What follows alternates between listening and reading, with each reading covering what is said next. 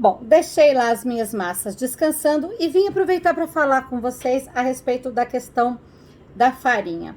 É muito comum, toda vez que a gente vai falar a respeito de farinha, a pessoa só quer saber da hidratação. Cris, quanto que aguenta de água? Quanto que dá para eu pôr de hidratação nessa farinha? É a pergunta número 1. Os mais entendidos ainda vão me perguntar qual é a força da farinha, qual é o W e tudo mais. Mas o que eu preciso falar aqui, pessoal, é que farinha não é só o quanto que ela aguenta de água, o quanto que ela tem de força, o quanto que ela tem de glúten e tudo mais. Existem mais fatores, né, que influenciam no resultado dos nossos pães. E um deles, na minha opinião, é um dos principais, é a questão do equilíbrio da elasticidade com a extensibilidade, que é o famoso P sobre L. Se vocês quiserem estudar e um pouco, pesquisar um pouco mais aí no Google para entender do que eu tô falando.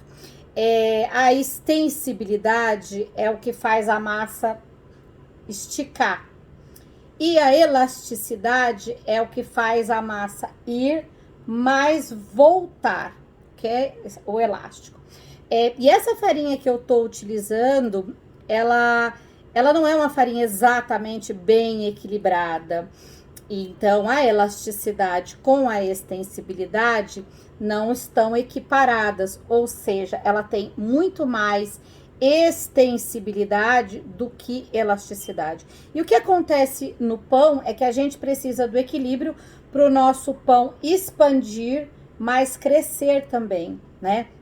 E quando a gente tem uma farinha muito extensível, mesmo ela aceitando bem a água, a gente vai ter dificuldade de estruturar essa massa, porque ela sempre vai ter uma tendência a esparramar. Não é porque pôs muita água, não é porque errou na receita, não é porque não acertou nas dobras, não é porque não atingiu, não é. É porque é a característica do trigo, né? Então, por mais que você trabalhe bem tudo isso aí, ele sempre vai ter essa tendência, a massa dar essa esparramada. E aos olhos da pessoa que não entende, ela vai achar que errou em alguma coisa. E não, porque mesmo se você diminuir a água, ainda assim ela vai ter essa tendência. Mesmo que você bata, pegue ponto de véu, a hora que você puser ela na bancada, ela vai ter essa tendência.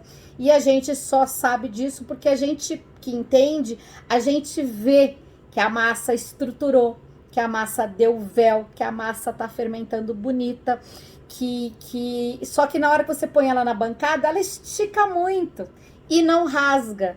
Porque quando você erra na estruturação da malha de glúten, ela estica, mas a hora que você puxa, ela rasga.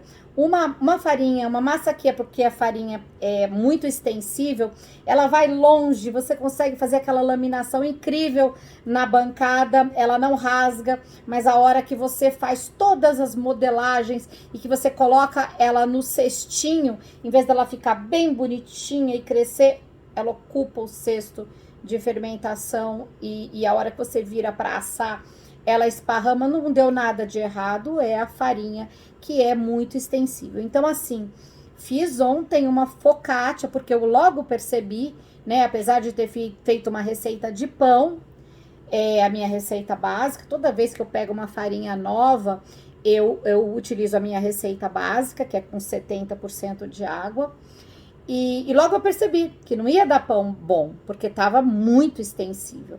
E aí eu coloquei numa assadeira e assei uma belíssima focaccia, porque a gente já que tem experiência, eu já percebi. Então é isso que eu queria dizer para vocês, analisarem às vezes o insumo que vocês estão utilizando.